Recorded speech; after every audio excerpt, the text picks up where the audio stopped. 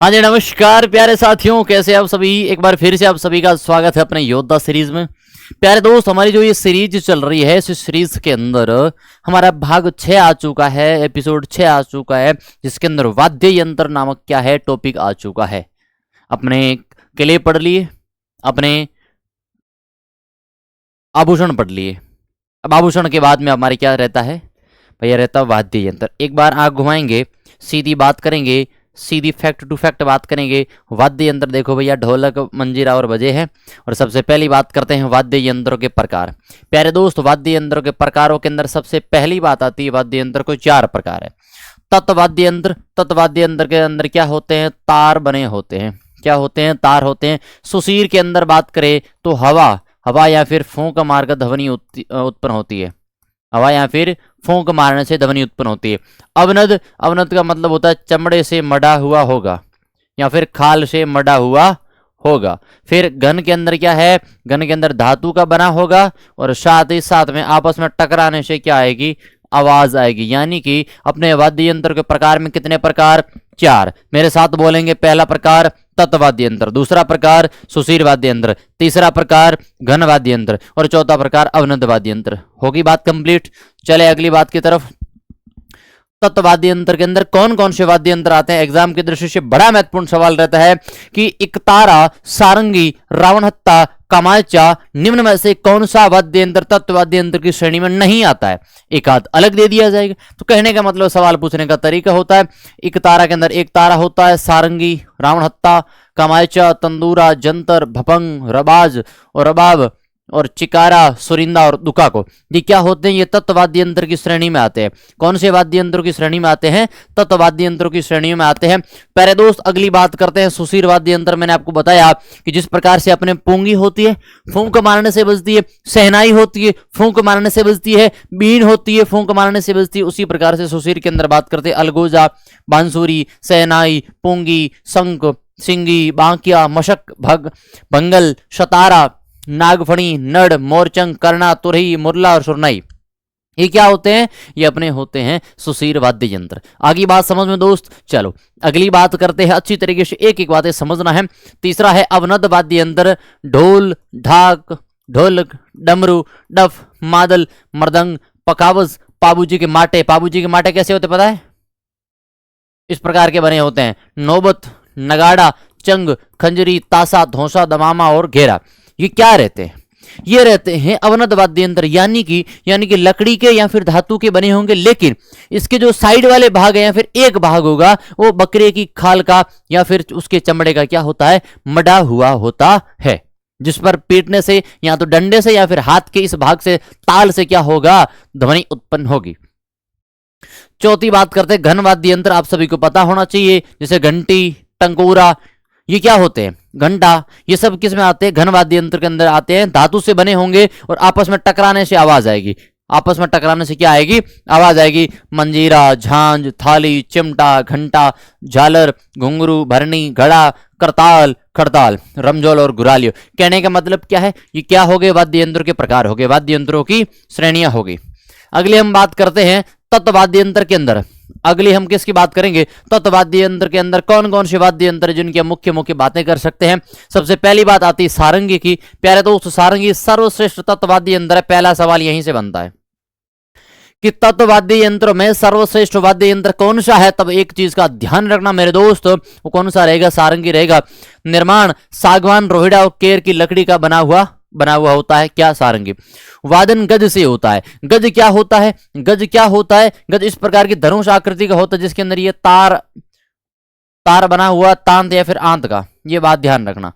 जिसके अंदर क्या, आप सभी को पता है, धनुष के अंदर होता है, यहां पर तार लगे होते, इस प्रकार से क्या उसको घुमाया जाता है, ये ध्यान रखना, क्या होता है, गज होता है। कुल 27 तार होते हैं। हमेशा सवाल पूछे जाते हैं कि निम्न में से कौन से वाद्य यंत्र में कितने तार है, तो 27 तार होते हैं। लंगा जाति के लोग गायन में इसका प्रयोग करते हैं। एक जाति रहती है लंगा जाति, लंगा जाति के लोग गायन के अंदर इसका क्या करते हैं, प्रयोग करते हैं। सारंगी वादकों में पंडित राम नारायण उदयपुर व सुल्तान खां क्या है सीकर के जो मुख्य क्या रहते हैं, सारंगी वादक रहते हैं, सारंगी बजाने वाले रहते हैं। यहां से सवाल पूछा जाता है। यहां एक एक चीज जो लिखी है ना, वो आपको एज ए रिवीजन तौर पर लेनी है। दूसरी बात उनको याद करनी है, क्योंकि ये वही चीजें हैं जो पुराने एग्जाम में पूछी जाती है, इसलिए मैं साथ में लेके आया हूं। अगली हम जो बात करेंगे वो करेंगे अलवर भरतपुर के जोगियों और जोगिया सारंगी। अलवर भरतपुर के जोगिया है वो जोगिया सारंगी बजाते हैं। जैसलमेर के मांगणियार जड़ी सारंगी बजाते हैं। लंगा जाति सिंधी सारंगी बजाती है। तीन क्या हो जाती है भैया, तीन प्रकार की सारंगियों का प्रयोग होता है। कनफड़ीनाथ जोगी ये डमरू और सारंगी के साथ में करुण रस में जीर्ण माता के रात्रि जागरण के गीत गाते हैं। सवाल पूछा जाता है कि जीर्ण माता के रात्रिकालीन गीत निम्न में से कनफड़ीनाथ जोगी द्वारा डमरू के साथ में कौन सा वाद्य यंत्र प्रयुक्त किया जाता है, सारंगी, या फिर सारंगी के साथ में कौन सा वाद्य यंत्र प्रयुक्त किया जाता है, डमरू किया जाता है। डमरू प्यारे दोस्त किस में आएगा, डमरू आएगा, ध्यान रखना, अवनद वाद्य यंत्र में आ जाएगा। लेकिन सारंगी क्या है, तत्वाद्य यंत्र के अंदर आएगा। इस चीज का थोड़ा सा ध्यान रखना। अगली बात करते हैं जंतर। दिखने में इस प्रकार का होता है, दिखने में क्या है, इस प्रकार का होता है। ये क्षेत्र मेवाड़, भीलवाड़ा, अजमेर और नागौर क्षेत्र के अंदर क्या है, प्रमुख रूप से इसका उपयोग किया जाता है। इसका प्रयोग कौन करते हैं, अरे सवाई भोज के गुर्जर भोपे देवनारायण जी की फड़ और बगड़ावतों की कथा के समय करते हैं। कौन करते हैं, गुर्जर भोपे करते हैं। एक सबसे महत्वपूर्ण सवाल यहां से बन जाता है, कौन करते हैं भैया, गुर्जर भोपे करते हैं, ये ध्यान रखना। फिर दिखने में वीणा की तरह होता है। दिखने में कैसा होता है, वीणा की तरह है भैया, दो भाग है, देखो इस प्रकार से डंडिया खूंटी लगी है। फिर 14 पर्दे मगरमच्छ की खाल के बने हुए होते हैं। यहाँ पर क्या है, 14 पर्दे है वो मगरमच्छ की खाल के क्या हुआ है, बने हुए होते हैं और मोम से उस पर चिपकाए जाते हैं। मोम से उस पर क्या है, जिन्हें मोम द्वारा डांड पर चिपकाया जाता है। 5 या फिर 6 क्या होते हैं, तार लगे होते हैं। वादक इसे गले में डालकर खड़ा खड़ाई बजाता है। यूं खड़ा खड़ाई इसको क्या है, बजाने का प्रयास करता है, खड़ा खड़ाई गले में डाल के। अगली बात करते हैं रावण हत्ता। रावण हत्ता दिखने में इस प्रकार का एक क्या रहता है, वाद्य यंत्र रहता है। और प्यारे दोस्त अगली बात करते हैं जिसका प्रयोग रामदेव जी, रूणी चेरा धनी, डूंगर जी, ज्वार जी और पाबू जी के भोपे कथाएं गाते समय क्या करते हैं इसका प्रयोग। और भोपों का क्या है, एक मुख्य वाद्य यंत्र के अंदर आता है। भोपों का क्या है, मुख्य वाद्य यंत्र की श्रेणी के अंदर एक आता है, उसका नाम है रावण हत्ता। प्यारे दोस्त आधे कटे नारियल की कटोरी की खोल पर बकरे का चमड़ा चढ़ाकर बनाते हैं। क्या होता है, ये आधा आधा का कटा नारियल है और इसके ऊपर क्या है, बकरे की खाल या उसके ऊपर क्या मड़ा हुआ होता है। फिर यहां इसके अंदर क्या तार लगे हुए होते हैं डंडी के अंदर।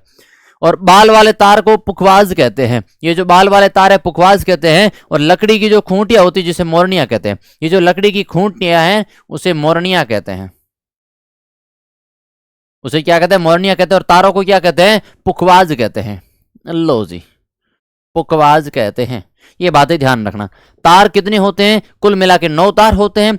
और मुख्य वाद्य यंत्र अलवर, भरतपुर, मेव जाति के कनफड़े जोगियों का क्या रहता है, मुख्य वाद्य यंत्र रहता है। अलवर, भरतपुर वहां की जोगी है और वहां की जो कनफटी है मेव जाति के, उनके क्या रहते हैं भैया, मुख्य वाद्य यंत्र रहते हैं। एक रहता है रवाज, ये इस प्रकार का बना हुआ होता है, दिखने में सारंगी जैसा होता है। 12 तार बने होते हैं। और रावलों की रम्मत के लिए क्या रहता है, रैसे रावल, रैसे रम्मत, रैसे रवाज, नोटे रबाब।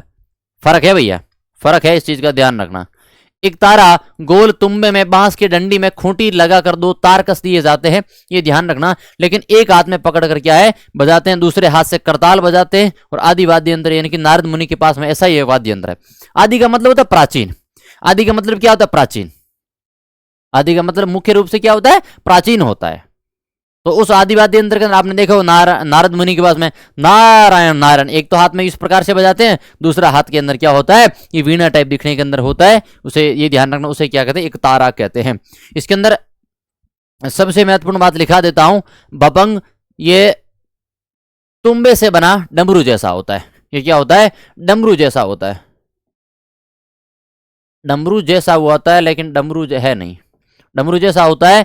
पेंदे पर बारीक खाल होती है। ये जो पेंदा यहाँ पर क्या है, खाल मड़ी हुई होती है। अलवर की जोगी बजाते हैं, अलवर की जोगी बजाते हैं। और कलाकार जहूर खां मेवाती व उमर फारूक मेवाती, ये 2 मुख्य कलाकार रहते हैं। 2 मुख्य क्या है भैया, कलाकार रहते हैं। दोस्त इस चीज का क्या करना, ध्यान रखना। अगली बात, कमायचा। दिखने में इस प्रकार का कमायचा रहता है और दिखने में सारंगी जैसा, सारंगी के समान। क्षेत्र जैसलमेर, बाड़मेर में मांगणियार और लंगाओं के द्वारा क्या किया जाता है, कमायचा का प्रयोग किया जाता है। अरे आम, शीशम, खेजड़ी, रोहिड़ा की एकल लकड़ी से बनाते। एकल लकड़ी का मतलब होता है जिसके अंदर कोई बंद ना हो, जिसके अंदर कोई गांठ ना हो, जिसके अंदर कोई जोड़ ना हो, उसे एक ही सपाट लकड़ी से क्या है, बनाया जाता है। प्रयोग नाथ, पंथी, साधु और भरतरी एवं जो गोपीचंद की जो कथाएं गाते हैं ना, उनके द्वारा मुख्य रूप से क्या किया जाता है, प्रयोग किया जाता है। तार 16 से 17 या किसी कमाइचे के अंदर 27 तार भी होते, तो इसके अंदर कंफ्यूजन मत होना, 16, 17 या फिर 27 तार भी होते हैं। प्रथम वर्ग में 3 तार होते हैं जो तांत या फिर आंत के बने होते हैं। एक बात ध्यान रखना, तांत क्या होती है, ये बकरे की आंत के जो तार बने होते हैं, बकरे की आंत के जो तार बने होते हैं उसे तांत कहा जाता है। जो प्रथम वर्ग के अंदर 3 तार होते थे, दूसरे वर्ग में 9 तार जो पक्के लोहे के बने होते जिसे झाड़ा या फिर तरबा कहते थे। तीसरे वर्ग में 4 तार होते थे जो मतलब झीले या फिर बड़े तरबे कहलाते थे। इनके वादक है कमल सागर खान, जिसे 2012 के अंदर क्या है पद्मश्री से नवाजा भी गया था। तो बहुत इंपॉर्टेंट सवाल रहता है, बहुत इंपॉर्टेंट सवाल रहता है कि कमल सागर खान कौन से वाद्य यंत्र बजाते थे। तो एक चीज का ध्यान रखना, कौन से बजाते थे भैया, कमायचा बजाते थे। कमल सागर खान प्रसिद्ध कमायचा वादक को पद्मश्री से कब नवाजा गया, 2012 के अंदर। बहुत इंपॉर्टेंट सवाल रहता है, बहुत इंपॉर्टेंट सवाल रहता है। सुरिंदा रोहिड़ा की लकड़ी का बना होता है, इस प्रकार का सुरिंदा बना होता है। प्रयोग मारवाड़ के लोक कलाकार विशेषकर लंगा जाति गायन के साथ नहीं बजाते हैं। इसे गायन के साथ क्या है नहीं बजाया जाता, और बजाने के लिए गज का प्रयोग किया जाता है। बजाने के लिए क्या है, गज का प्रयोग किया जाता है। गज क्या होता है आप सभी को पता है, मैंने आपको बता भी दिया। फिर चिकारा प्रयोग गरासिया जाति के द्वारा, अन्य नाम गरासिया चिकारा कहते हैं, यानी गरासिया जाति के द्वारा प्रयोग होने के कारण इसे गरासिया चिकारा कहते हैं। दिखने में रावण हत्था की तरह होता। तार कितने होते हैं भैया, 3 तार बने हुए होते हैं। ये देखो बड़े बड़े 3 तार है, 1, 2 और 3। ये क्या है, 3 तार बने हुए हैं। अपंग प्रयोग भील और गरासिया समुदाय के द्वारा, और निचला भाग जो मुख है वो बकरे की चमड़े से मढ़ा होता है। ये बकरे की क्या है, चमड़े से मढ़ा होता है। सर्वप्रथम प्रयोग संत इस्माइल नाथ जोशी के द्वारा किया जाता है। सवाल पूछा गया और बहुत बार पूछा गया और बहुत बार पूछा भी जाएगा, रिपीट भी होगा। सवाल क्या पूछा है कि अपंग यानी कि अपंग का सर्वप्रथम प्रयोग किसके द्वारा किया जाता है, तो ध्यान रखना संत इस्माइल नाथ जोशी के द्वारा किया गया।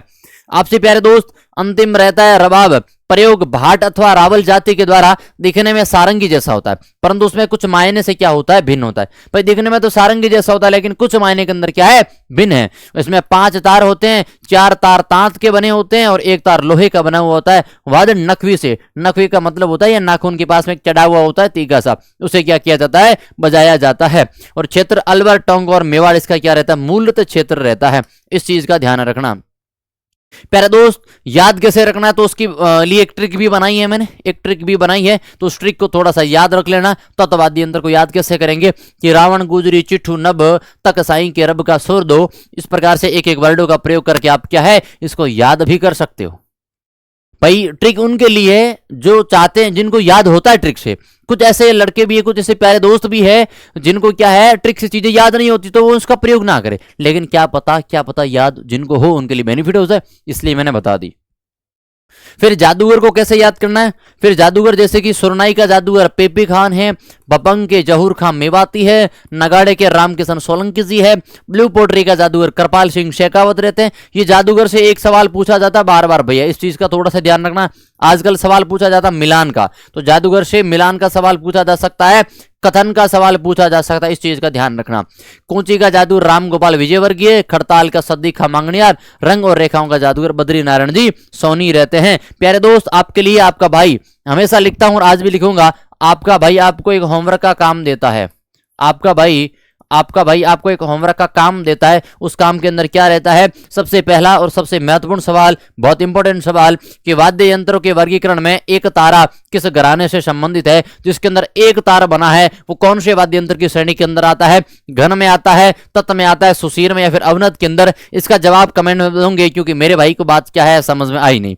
क्या आपको बात समझ में आई है, यस या नो, मुझे कमेंट बॉक्स में जरूर बताएंगे। चीजें समझ में आई, चीजें अच्छी लगी, बहुत अच्छी लगी, कैसी लगी, कमेंट बॉक्स में आपको कोई राय जरूर जानने का प्रयास करूंगा। आज के लिए इतना ही, मिलते हैं नए सेशन में नए वाद्य यंत्र के साथ में। आपका भाई पंकज बिश्नोई, तब तक के लिए राम राम, खम्मागणी, जय श्री राम, राधे राधे, जय हिंद, जय भारत।